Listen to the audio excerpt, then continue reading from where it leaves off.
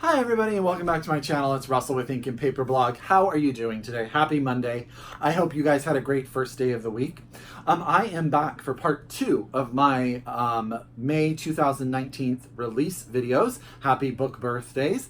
As I said in part 1 last week, there were just too many amazing books coming out in the month of May for me to do it all in one video. The video would have been 40 minutes long.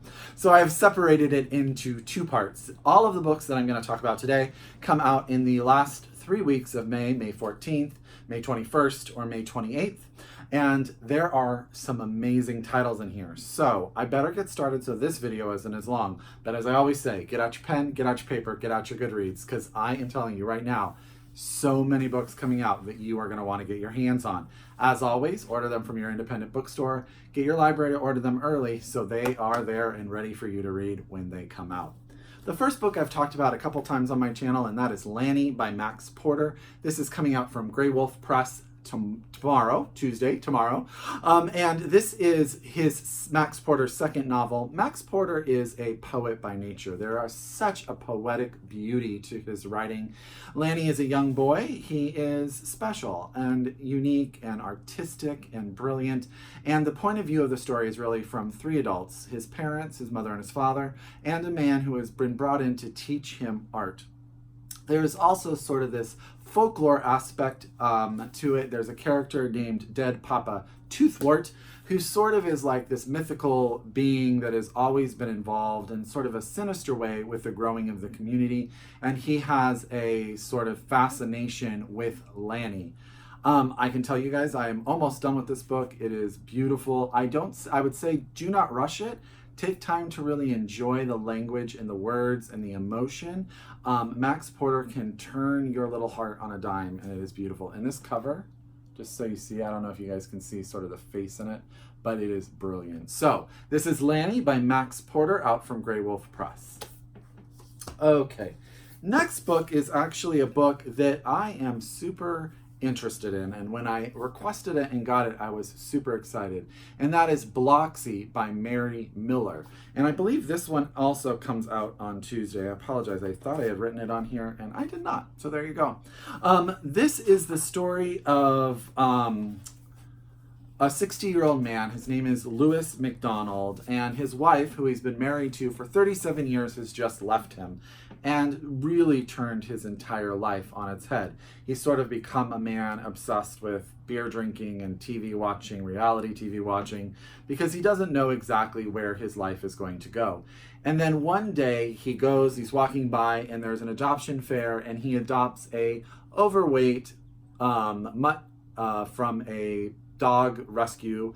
That didn't sound very eloquent at all, but it's because my heart is the hit pitter patter. Anytime you give me a person who rescues a dog and that dog has a positive effect on someone's life, you've sold me, absolutely.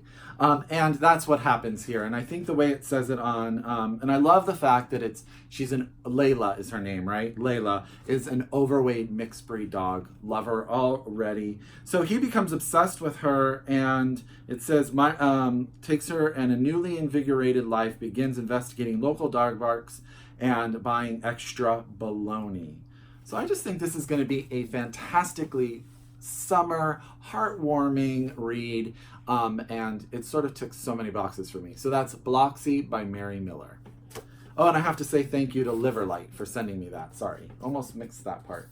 The next book I talked also about in a video recently, and this is from New York Review of Books, and this is actually nonfiction. It's called The Secret Commonwealth of Elves, Fauns, and Fairies by Robert Kirk. This was originally written in the end of the 1700s, beginning of the 1800s. Robert Kirk was an evangelical preacher who was taking time to research sort of the myths and fairy tales of the community in which he lived in Scotland, Scottish Highlands.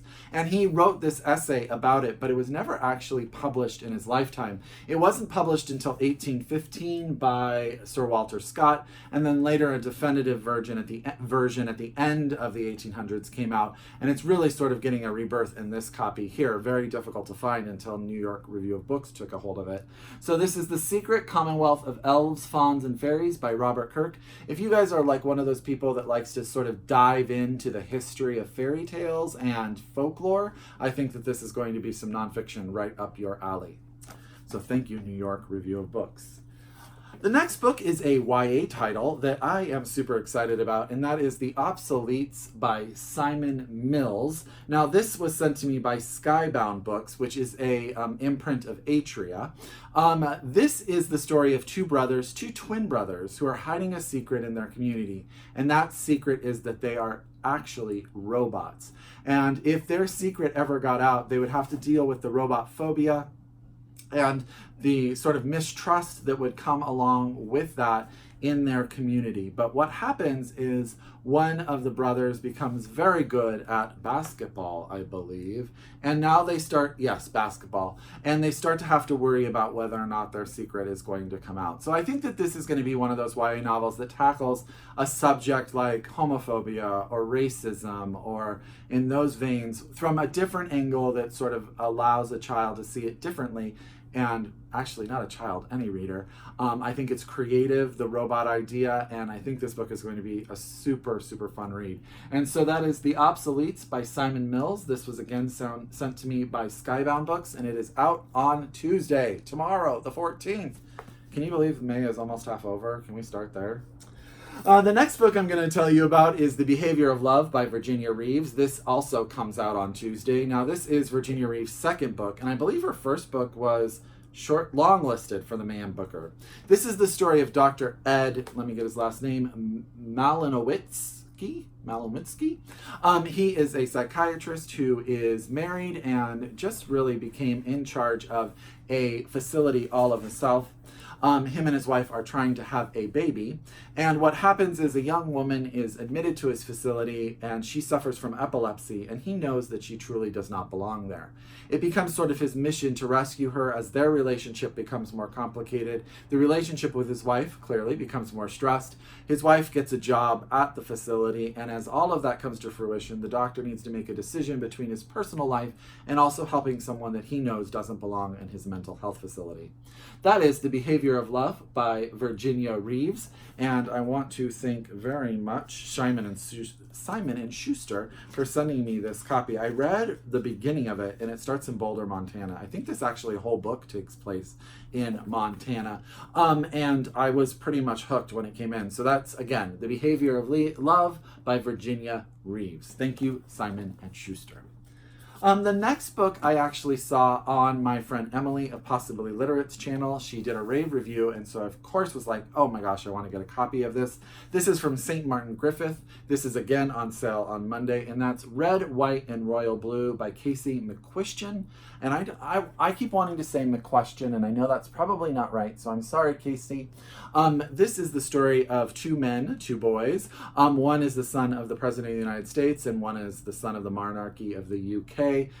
They do not like each other, but as you can imagine, a romance ensues as they are forced together in a situation to sort of bring peace due to something that has gone on. I've heard this book is just everything you need in a heartwarming feel sort of way. I think if you're a fan of Love, Simon or anything like that, I think this is going to be the type of book for you. So that's Red, White, and Royal Blue by Casey McQuiston. And again, this is out this month. You can get your hands on it probably any moment now. The next book that I'm going to tell you about, also out on May 14th, is Rules for Visiting by Jessica Frances Kane, and this was kindly sent to me by Penguin Press. Now, this is the story of May. May is a gardener by trade, and she spends most of her time alone and sort of in her garden with her plants and in that solitude. But along comes some unforeseen vacation time, so she decides to go and hunt out four of her friends that she knows that she's not going to ever get back together in one group, so she goes to see them individually. And the way it says, a student of the classics, May considers her journey a female odyssey. What might the world have been if, instead of waiting, Penelope had set out on an adventure all her own? So I think that sounds really, really good.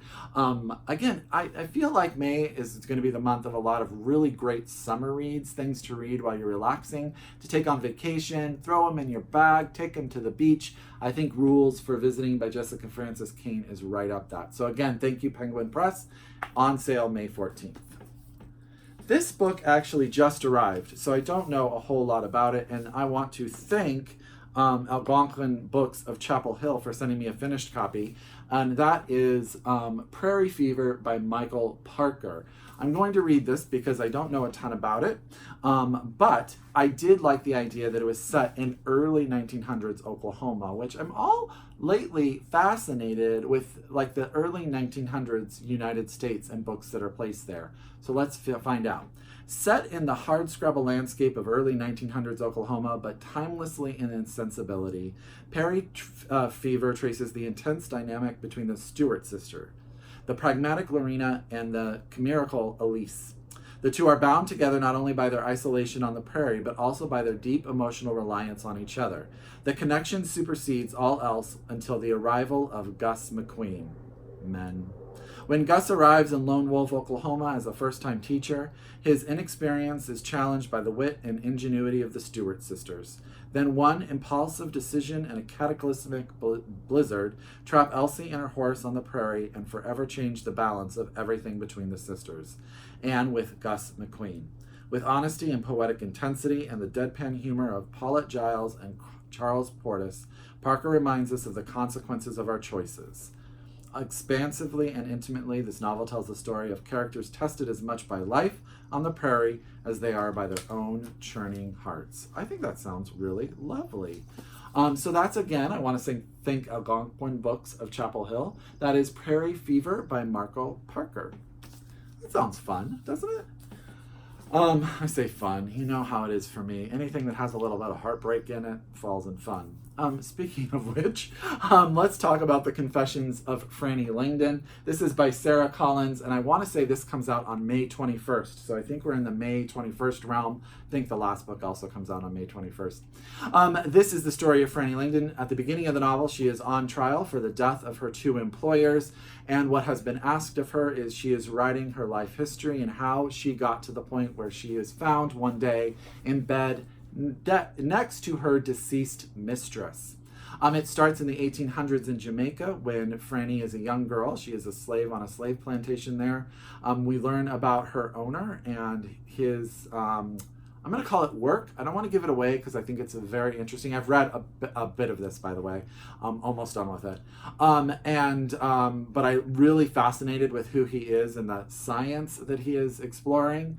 And what happens is him and Frannie wind up going to England, where she is then in the service of the two people who are later murdered.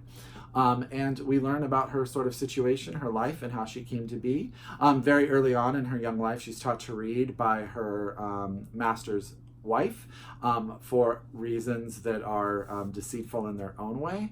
So she is educated and smart and witty, which unfortunately for her is seen as sort of a flaw. She is a fascinating woman. And the way that Sarah Collins has done this in sort of this journalistic form, we really get to know her and how she is invested in these situations and where she goes. So really, really loving this. This comes out. I think this is going to be a big book, you guys. So definitely pre-order. Get yourself ready for The Confessions of Frannie Langton by Sarah Collins. And this cover is gorgeous. I'm just going to hold it a little closer. And this is just the arc. I can't even imagine how beautiful the hard copy is going to be. Last but not least is a book that has been sent to me by Putnam twice. They sent me an art copy, and I just got this week the final draft. So that is How Not to Die Alone by Richard Roper. It's never too late to start living. This is the story of, Andrew. So Andrew is in a life where he goes to work, a job he does not care for, but everyone thinks that his life at home is perfect because he has created this lie that he is married with children, and he is not. He does not have a perfect home life. He is actually miserable. Until one day Peggy winds up working at his facility and something changes for Andrew, but he's trapped sort of in the lie that he has set, right? And so, but as she breezes into the office, it says, like the breath of fresh air, she makes Andrew feel truly alive for the first time in decades. Could there be more to life than this? But telling Peggy the truth could mean losing everything. For 20 years, Andrew has worked to keep his heart safe, forgetting one important thing, how to live. But maybe it's time to start. This book's beginning section was hilarious. I read the first chapter when it came in. I literally laughed out loud funny. So there you go. If you are looking for a comedy, I think this is, again, a perfect book for you guys to take to the beach, the park, wherever you're looking to read out in the sunshine. And I want to thank Putnam very much for Richard Roper's How Not to Die Alone. This comes out on May 28th. So that is the next stack of books that I have coming out in May. Happy book birthday to all of you. And I hope that these are all amazing successes for you guys, because I'm excited for each and every one of them. As always, if you are a return subscriber, I thank you so much for being here. If you are new to my channel, I hope all of these books wind up on your TBR. You can blame me. Order them, get them read, and talk to me about them. Until next time, I wish you happy reading, and I'll see you soon. Bye!